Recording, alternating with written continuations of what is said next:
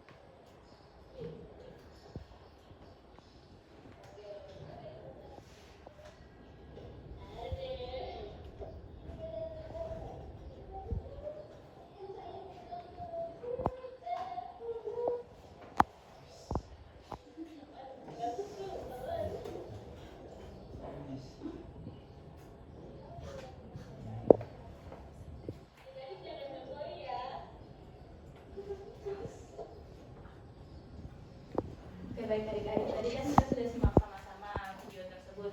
Menurut adik-adik, kenapa video tersebut dikatakan sebagai tindakan korupsi? Mungkin yang mau jawab bisa langsung angkat tangan. Atau tadi penjelasannya belum? Oh ya, selamat.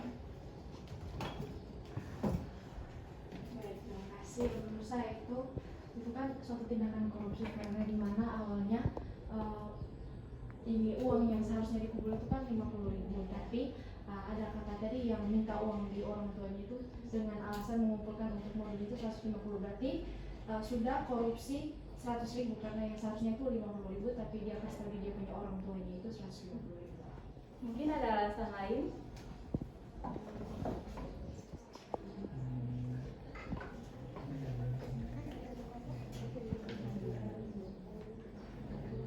Atau kalau tidak ada, mungkin menurut adik-adik apakah ada tindakan korupsi lain yang sering dilakukan mahasiswa?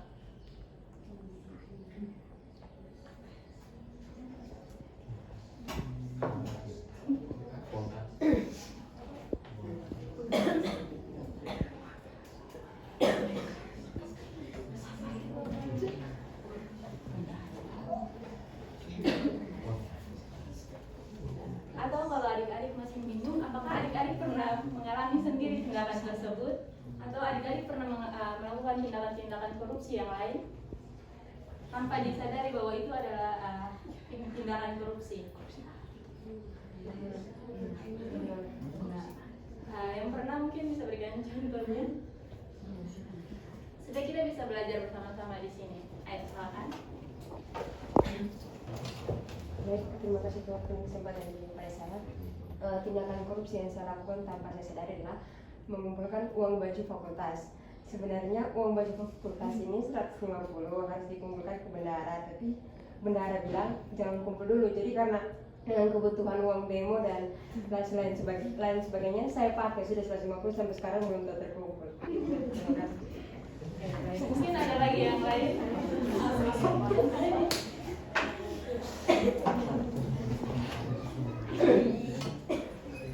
Mungkin masih ada lagi di sebelah sana.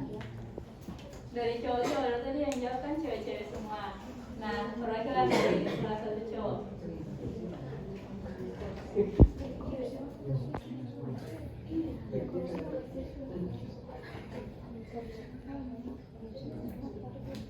Kan laki-laki tidak pernah korupsi. Ya. Kan laki-laki tidak pernah korupsi. Semoga betul ya. Baik. Tadi kan sudah diberitahu oleh teman bahwa salah satu korupsi uang baju fakultas. Nah, itu juga merupakan tindakan korupsi karena di mana uang tersebut seharusnya dikumpulkan untuk membeli baju fakultas, tetapi dengan tanpa kesadaran kita tanpa kesadaran menggunakan uang tersebut untuk hal yang lain. Nah, tentu saja nanti pas pengumpulannya sudah bingung dapat uang dari mana, otomatis harus telepon orang tua lagi. Nah, itu merugikan orang tua. Nah, tindakan korupsi itu merupakan tindakan yang salah atau tindakan yang tidak jujur, di mana tindakan tersebut merugikan banyak orang atau merugikan salah satu pihak atau semua pihak. Nah, yang melakukan korupsi akan merasakan keuntungan, tetapi ada dampak negatifnya juga. Nah, baik, akan dilanjutkan oleh pemateri selanjutnya. Oke, baik. Di sini saya akan menjelaskan dari dampak ketika kita melakukan korupsi. Nah, di sini sebelum saya masuk dalam dampaknya, nah, contoh korupsi dalam kehidupan sehari-hari yang paling banyak masih saya lakukan itu yaitu menyontek. Nah, kita kan dalam melakukan UAS, pasti banyak sekali, mungkin sudah semua, tapi ada salah satu atau lebih yang nyontek. Itu juga salah satu tindakan koruptif. Nah, tindakan koruptif yang kedua yaitu apa? Terlambat ke kampus. Itu juga tindakan koruptif. Karena apa? Menyita waktu. Itu tuh apa? Itu namanya koruptif waktu. Nah, dari hal-hal yang kita lakukan semuanya ada pun dampak yang kita dapat. Yaitu dampak yang pertama itu ada pada diri sendiri, yaitu pada diri mahasiswa. Yaitu yang pertama, yaitu mahasiswa tanpa sadari dia membangun hal yang tidak etika dalam dirinya. Yaitu yang pertama, tidak ada rasa kejujuran. Nah, dengan sering dia melakukan koruptif, otomatis dia secara tidak sadar dia membangun bahwa dia melatih dirinya untuk tidak jujur. Dan yang kedua itu yaitu tanggung jawab. Nah, rasa tanggung jawabnya itu tidak ada. Dan yang kedua yaitu menurunnya nilai integritas. Nah, menurunnya nilai integritas itu otomatis, nah, semua hal yang kita pelajari pelajari, nah itu terbuang sia-sia dengan kita melakukan hal-hal koruptif yang tidak baik. Nah, karena perilaku koruptif itu sudah termasuk dengan hal-hal yang buruk, yaitu melatih etika kita untuk menjadi yang jauh lebih buruk. Dan yang ketiga itu mencari keuntungan dengan cara yang salah. Nah, tanpa kita sadari bahwa koruptif itu kita menganggapnya kita melakukan koruptif berarti otomatis kita mendapatkan kesenangan. Tapi dengan kesenangan itu tanpa kita sadari kita buat dengan cara yang salah. Itu bukan dengan cara yang jujur. Nah, dampak yang kedua itu ada pada terhadap keluarga kita. Nah, itu yang pertama itu tentunya hilang kepercayaan orang tua. Nah, jadi sering kita berbohong, sering kita menipu orang tua, otomatis ketika kita membutuhkan orang tuanya lagi, kalau orang tua tahu kalau kita sering berbohong, sering tipu, otomatis orang tua sudah terlalu percaya lagi dengan kita.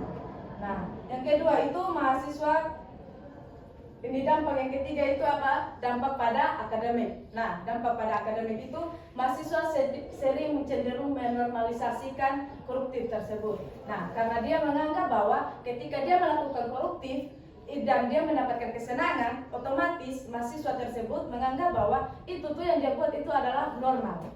Nah, karena apa? Karena hal yang dia buat itu tuh dia mendapatkan kesenangan. Karena di mana-mana itu orang kan pasti mencari kesenangan, tapi tanpa disadari mencari kesenangannya dengan cara yang salah.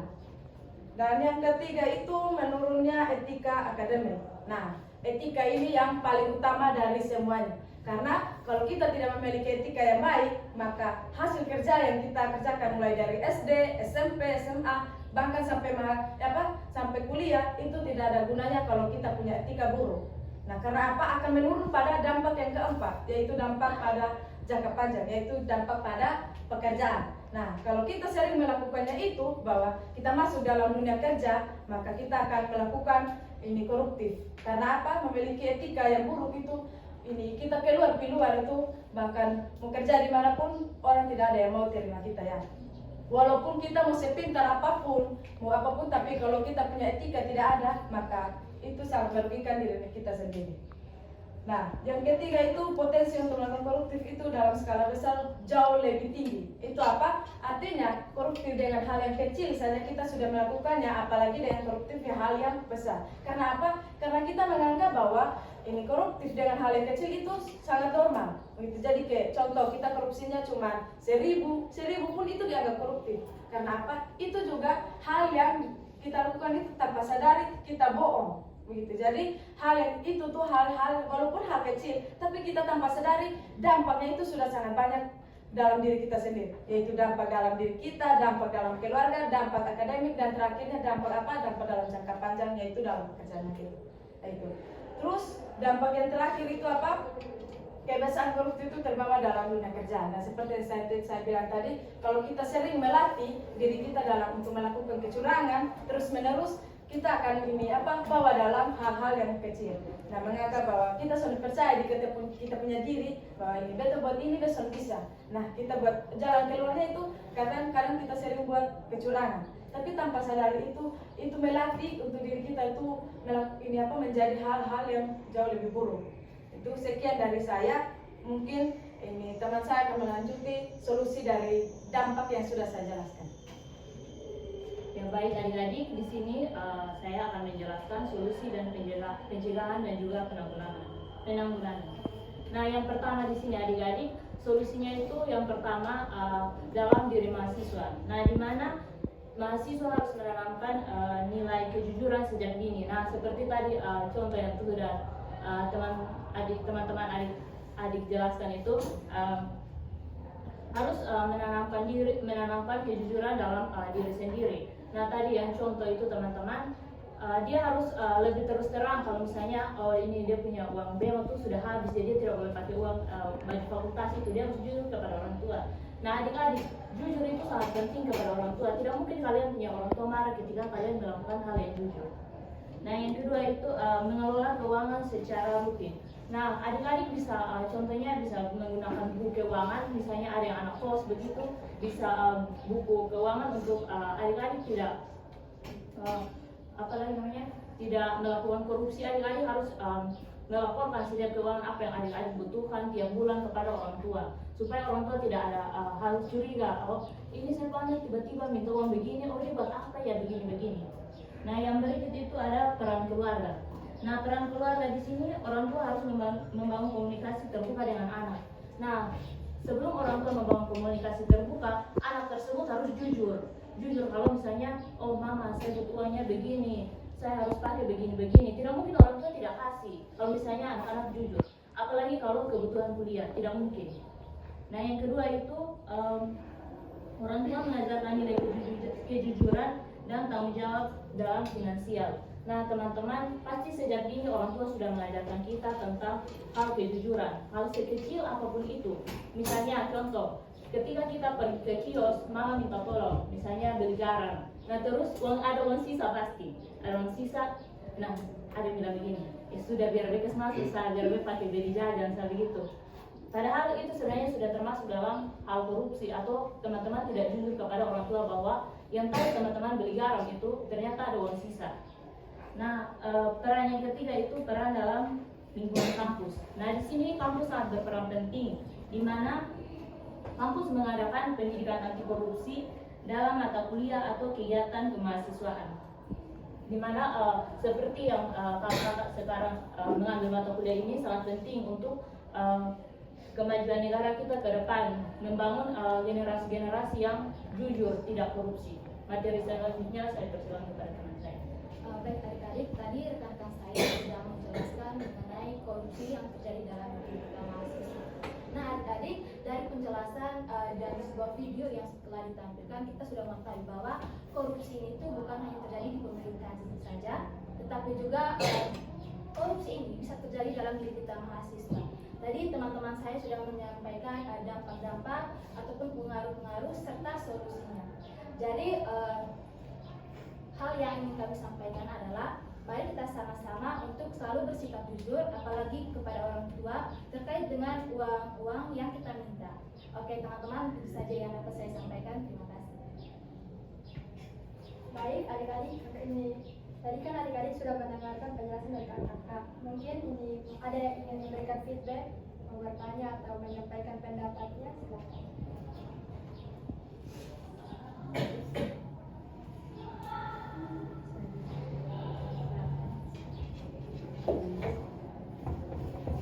Baik Kak, saya ingin bertanya, mengapa di dalam dunia kerja itu bisa disebut dengan korupsi jangka panjang?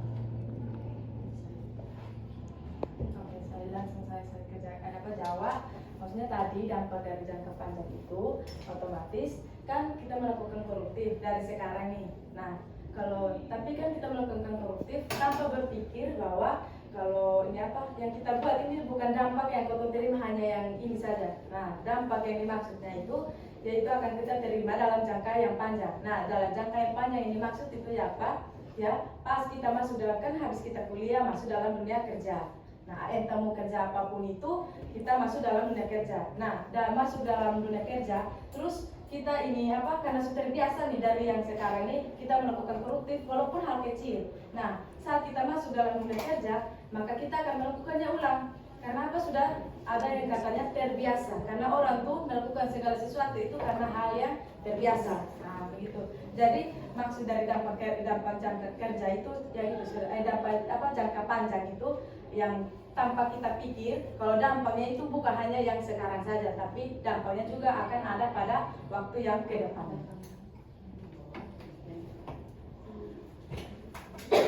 Masih ada?